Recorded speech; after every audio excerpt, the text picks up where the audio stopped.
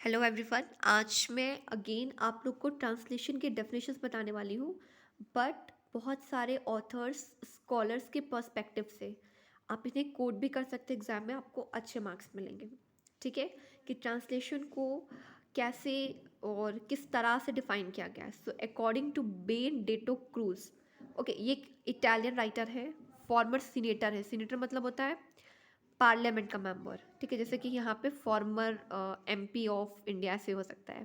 सो Italy में former senator of Italy, Italian writer है Benedicto Cruz. उन्होंने ट्रांसलेशन को डिफाइन किया था, the translator is a traitor, a falsifier of the original.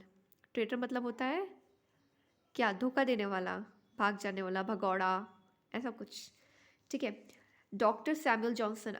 अब इंग्लिश वाले स्टूडेंट को तो पता ही होगा कितने इंपॉर्टेंट है, ये तो इंग्लिश के लिटरेरी फिगर है। सो डॉक्टर सैमुअल जॉनसन, जिन्होंने a dictionary of the English language लिखा है और जो कि एक इंग्लिश राइटर है, और इन्हें father of the modern dictionary भी कहा जाता है, डॉक्टर सैमुअल जॉनसन को।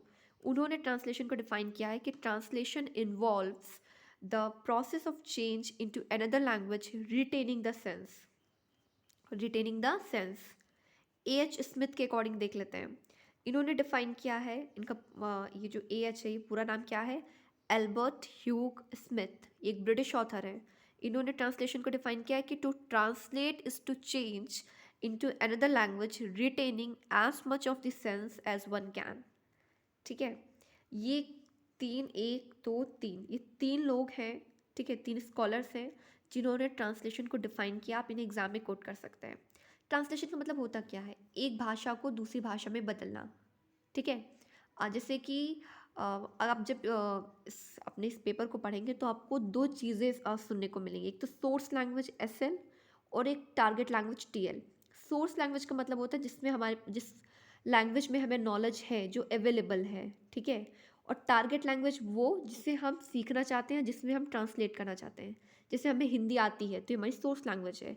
अभी हिंदी के किसी वाक्य को अगर आप इंग्लिश में ट्रांसलेट करना चाहें तो इंग्लिश आपकी टारगेट लैंग्वेज है, क्योंकि आप उसमें ट्रांसलेट करना चाहते हैं। तो जिसमें आप करना चाहते हैं वो आपकी टारगेट लैंग्वेज है, जो आपको आती है वो आपकी सोर्स लैंग्वेज है। जैसे हिंदी में शुभ प्रभात। ठीक है, मैंने बोला ये हो गया सोर्स लैंग्वेज, हिंदी मेरी सोर्स लैंग्वेज। अब टारगेट लैंग्वेज मान लो बंगाली है और इस सुप्रभात को ट्रांसलेट करना है तो सोल्व शोक हो। ओके, सो ये सोर्स लैंग्वेज और टारगेट लैंग्वेज वो जिसमें आप चेंज करना चाहते हैं, सोर्स लैंग्वेज वो जिसमें जो आपको पता है। ठीक है, जो जिससे आप चेंज कर रहे हैं। बहुत सारे एग्जाम्पल है अगर लिटरेरी फिगर्स या इंडियन एपिक्स की बात करें। जैसे कि के एम गांगुली ने महाभारत को, जो कि संस्कृत एपिक है, उसे इंग्लिश में ट्रांसलेट किया है, महाभारता को। ओके, इंग्लिश में बोलेंगे तो महाभारता, उसे इंग्लिश में ट्रांसलेट किया है के एम गांगुली ने। राल्फ टी एच ग्रिफ्थ ने रामायणा को इंग्लिश में ट्रांसलेट किया है। ठीक है, विलियम जोन्स ने अभिज्ञान शकुंतलम, जो कि मतलब कालिदास का प्ले है, संस्कृत प्ले है, उसे इंग्लिश में ट्रांसलेट किया है विलियम जोन्स ने।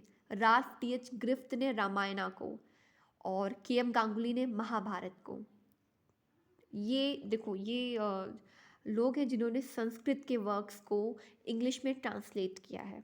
ओके, कुछ मैंने सोचा थोड़ा इंडियन पर्सपेक्टिव से भी बता दूं, और कुछ फैक्ट्स भी आपको मिल जाएंगे। अगर आपको अच्छा लगा, like the video, like the channel and subscribe it.